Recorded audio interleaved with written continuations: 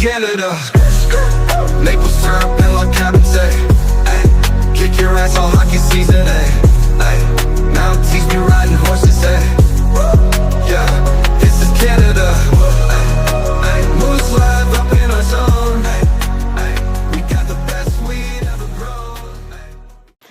Thank you, Premier Smith. I want to give you an opportunity to, and particularly how it would relate to the future economy of Alberta if we do not take action to address this changing world.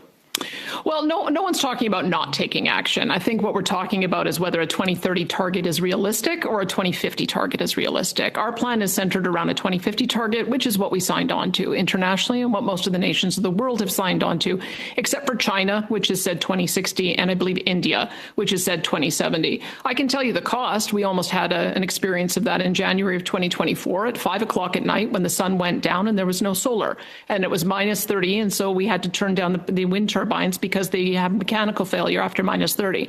We had to do an emergency call out to our people to turn off their lights while they were doing dinner and homework with their kids at night to avoid having our power grid fail. When the power grid failed in Texas, 1,000 people died. So I think that's the one thing that we have to keep in mind about reliability. Thank you. Wanted to take a moment to ask about the electricity market in Alberta.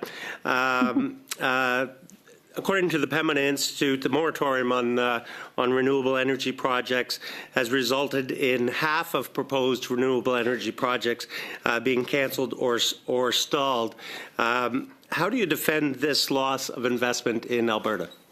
Well, I encourage you to look at every other province that doesn't have anywhere near the amount of installed wind and solar as we do. We do because we've got a private sector market.